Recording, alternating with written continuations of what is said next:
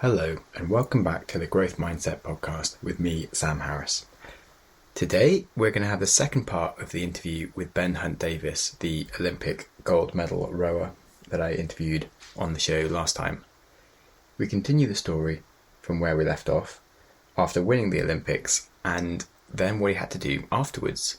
Because most people kind of plan for the goal, and then once you achieve it, you have to sort of get on with the rest of your life. And he had quite an interesting situation, not really having any qualifications in anything and having to work out how he could be useful to the world and make a living besides just doing rowing. It's a really fascinating interview around the mindsets that he then learnt and the skills that he learnt in rowing and how he was able to apply them elsewhere in his life. And I think there's going to be a lot of useful things for people, because I feel like we all kind of search for what is the point of our lives and how we're going to be our best selves. So it's a great set of lessons, and he's got some top tips for everyone. We rejoin the interview where I ask him about how he balances family life and trying to get married and things around the whole Olympics at the same time. We got engaged 18 months before the Olympics, and we planned to get married 3 weeks afterwards.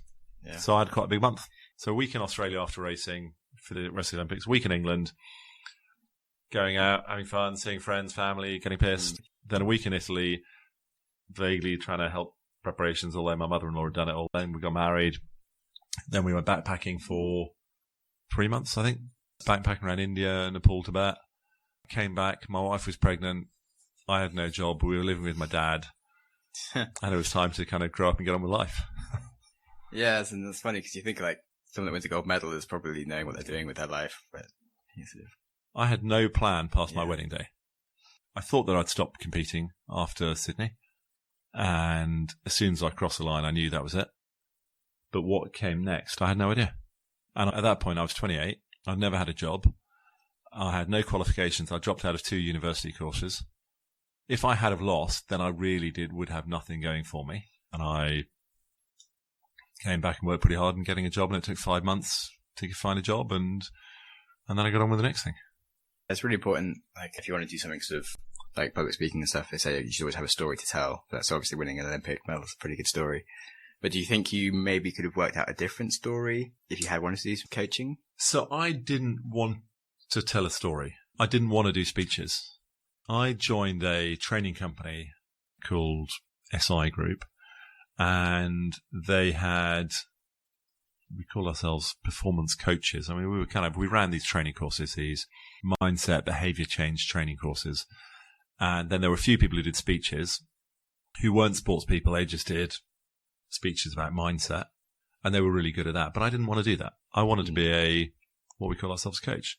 So, which was effectively running training sessions. And I worked for them for 2.5 years. And there were some groups I spent probably 8 days with, those spread over a number of months. And by the time I'd finished these 6 or 8 days with them, they would think that I was an enthusiastic rower, but they wouldn't know anything about the fact that I'd been to the Olympics or not, because I just didn't want to talk about it. I wanted to be good at the job for being good at the job rather than what I'd done before. Yeah. All the other coaches I worked with, there were 15 or so of us in the company. None of them were sports people. They all had come from different business backgrounds, and they were just really, really credible and good because they were good. And I wanted to be credible and good at doing my job because I was credible and good, not because I had a history behind me. Makes sense to like not take the easy option to kind of build like your whole base to then sort of be able to work on that and grow it. So back to like your original like what worked, what didn't work kind of thing. Is sort of, it would have worked if you'd said like, I'm an Olympian, but then you'd never have got that far because you'd have always been too weak in the other aspects. You wouldn't be able to like deliver on everything. We had these training courses. Knowing the content was obviously really important. Being able to kind of challenge and coach and facilitate was important. Being able to entertain and engage people was really important. The kind of presentation style. There were loads of bits that I just wanted to be. It was a great environment for me, actually, because I was, I'm quite competitive, and I went into this place and there were, say, 15 or so other coaches, and they were all really good, and I was rubbish. It was very clear I knew nothing. And my competitive instinct came out, but rather than trying to beat people, it was about, and you can't compete against people in terms of running courses, but I wanted some self-respect to going, I want to be as good as these people. Cool. So what your like biggest lessons then as a coach than how to like facilitate things or how to coach people and deal with like the things that asking difficult questions to kind of get the most out of someone? Like, how did you learn that skill? Slowly, I think. I mean, I read or listen to quite a lot of stuff. I've been on a few courses. I've learned a lot from watching other facilitators. I think that being willing to ask the difficult question is really important. And there have been some situations where I have asked a question being quite sure that it would lead to me not being engaged with that client again. But I think you've got to be honest and you've got to say what you think and you've got to ask the right questions. I think straightforwardness and honesty are pretty important. And, a job of a coach, of a facilitator is to make people aware of what's happening, either what they're doing or all the other stuff that's going on around them. And sometimes that means people learn stuff they didn't think they wanted to hear. But if you've got more information, you can make better decisions. So having an ability to ask good questions and the courage to ask them sometimes, I think, is quite important. I've certainly learned a lot about that, like doing the podcast, and it's been quite useful. Sometimes I get people that I maybe don't want to interview that much, but because I'm not so bothered, I'll be a bit more ballsy to just ask them difficult questions, and it ends up making it like a really good interview, even though I wasn't expecting anything. Whereas if it's someone like I know really well and is famous, I'm a bit like, it's a bit harder to be like really cool about it. Okay, so where do you see the field of coaching in general going? And like in 5 years' time, do you think there's going to be a bit of a shift in the way people do it, in like what businesses are focusing on to get the most? So I think 20 years ago, no one was coached in a business environment. 15 years ago, it started to grow. 10 years ago, it was going absolutely berserk. I think that now, if companies are paying for coaching, they want it to be far, far more business focused. And they've got to be very, very clear business outcomes. I think businesses have been through phases of trying to teach staff internally to coach individuals better. And I'm not sure how successful that's been. I think being as a manager or a leader, having a certain coaching capability is good. I think there's a huge move to learning being more computer-based. There are also things you can learn digitally. And when it comes to people skills, there's got to be human interaction. Yeah. So I think coaching and kind of learning and development, I think more of it will become digital, but there is still a massive need for human interaction. But it's got to be more closely tied into businesses, and they've got to know they're getting good return on investment. Are you guys working to deliver more digital stuff and to deliver more like specific outcomes from your face-to-face work? So digital, we're going to look at in the second half of 2020. We've looked at it a couple of times, and we're going to have another look. And we are really outcome-led, and we will continue to be so, and we will work to measure it even more effectively. I think that teaching somebody some leadership skills is totally pointless unless they have the opportunity to actually do something with it. I think people are so busy at the moment. Skills for the sake of it, no one uses. So actually, it's got to be tied into your specific situation. So the application bit of learning is, I think, is critical. Yeah, definitely. Knowledge for the sake of it is lovely. Definitely. People ask you, like, what's the best book to read? And you're like, well, what are you doing right now? Because if you read the right book at the right time, it's like insane. But if you read like a book just for knowledge and it's not appropriate, it's just pointless. You don't do anything with it. And knowledge for the sake of it, in some situations might be useful, but in terms of a corporate development thing, knowledge has got to be specific. It's got to be totally applicable. So we spend huge amounts of time with people working on how are you going to apply it. That's kind of the understand, practice, apply bit. If you want to learn about bullshit filters or bounce back ability, I can teach you all areas you need to know in 5 minutes. But that doesn't mean you can do bullshit filters. It doesn't mean you can do resilience. It means you might have some knowledge about it. And actually, the only thing that matters is being able to do it. So all our theory is really simple theory to try and give people the maximum opportunity to apply it. Can you explain what they are quickly? Or bullshit filters. So focus is really important, but there are so many things that distract us. People telling us, you shouldn't do this, you should do that. Yeah. There are so many different distractions. And when I was rowing, we came up with this thing about bullshit filters, about kind of these imaginary ear defenders. You can whack them up to maximum deflection and the bullshit just wouldn't get through. So when people were telling us that we couldn't do it, that we weren't good enough at that, we weren't strong enough, we couldn't do this, it was bullshit. It just wouldn't get through. We wouldn't listen. Effectively, we'd be going, la, la, la, la, I'm not listening to you. Because it wasn't, if the goal was about boat speed, people telling us we couldn't do it wasn't going to help us achieve that. Therefore, we didn't want to listen to them. So as in like having a really good mission statement would be a bullshit filter if you always go back to your mission statement going, hey, is this going to make the company get to this? And if you're like, oh no, then it's a distraction. Then it's a distraction. Therefore, I'm not going to engage with it. I'm not going to listen to you telling me that I can't do it. If you're going, I think you need to work on this or this or this, or you've got these weaknesses. Now that's helpful information that'll help me achieve it. But if you're just telling me I'm rubbish, that's just not helpful. So that's bullshit filters. Stuff invariably will go wrong at various times. How do you make sure you get back on it as soon as you possibly can and start performing?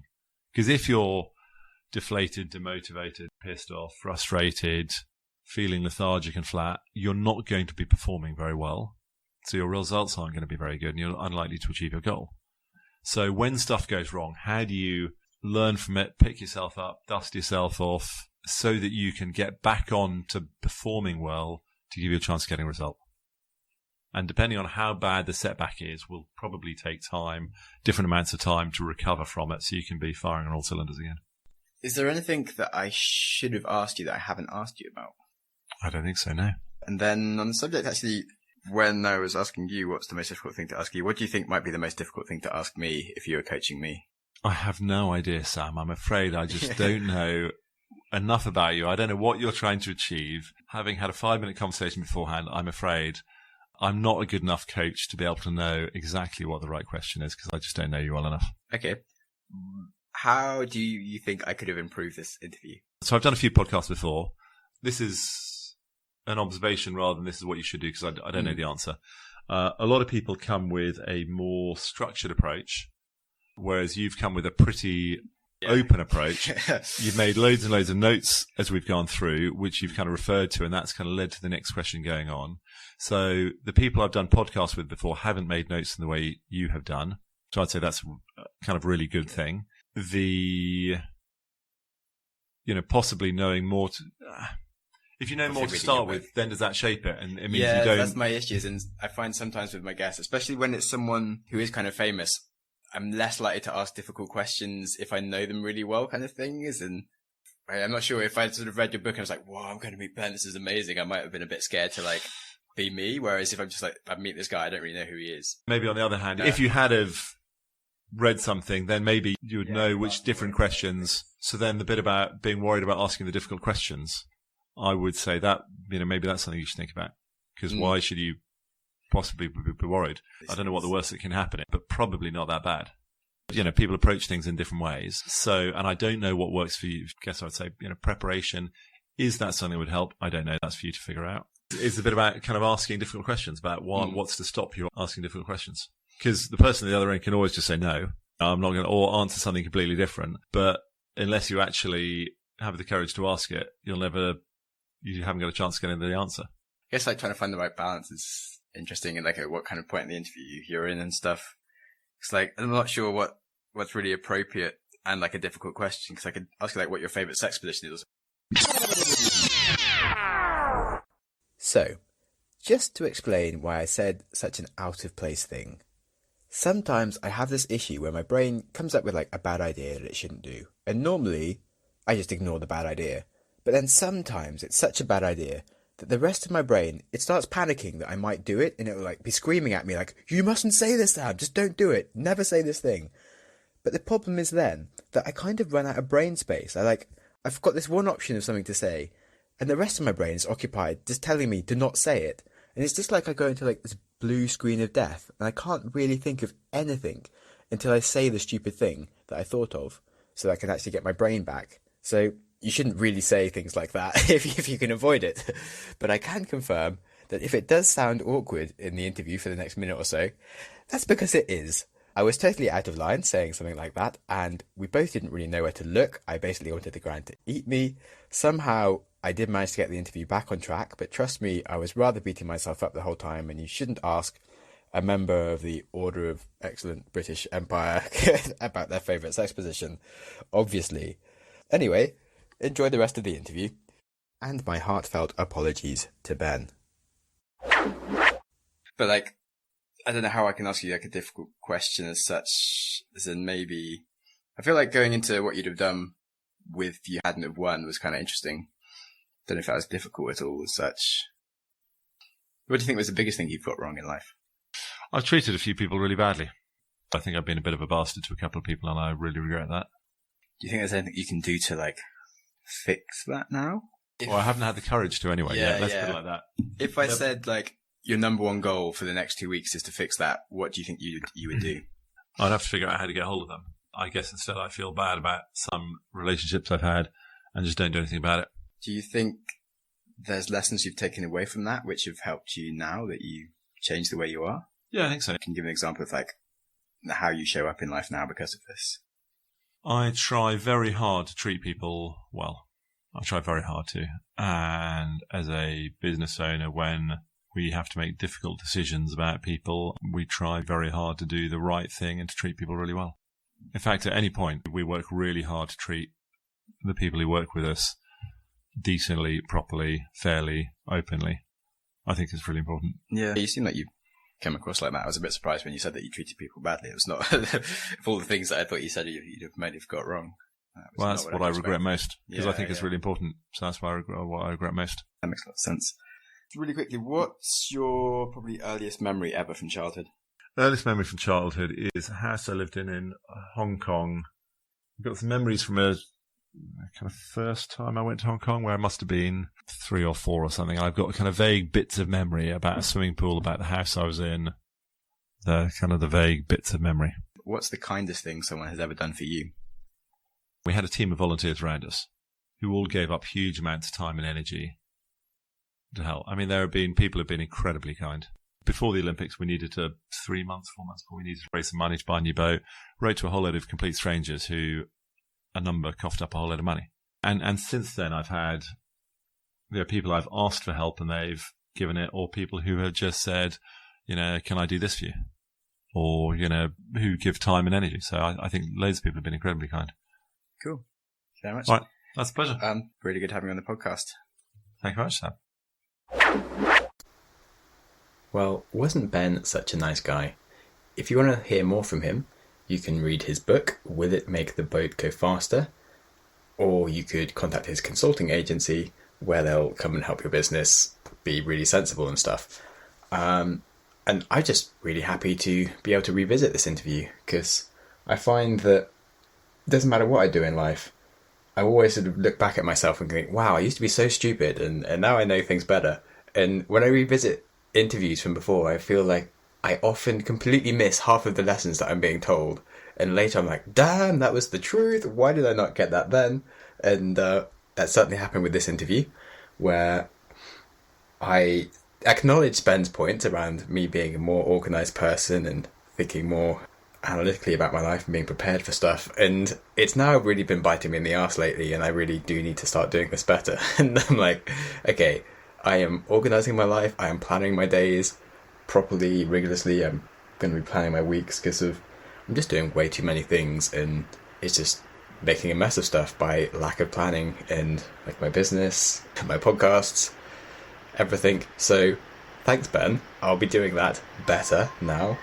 And then the bullshit filters also directly relates into the whole planning scenarios. And the phone's going off appropriately, so that's time for me to stop the podcast and go and answer it. Thank you so much for listening. Goodbye.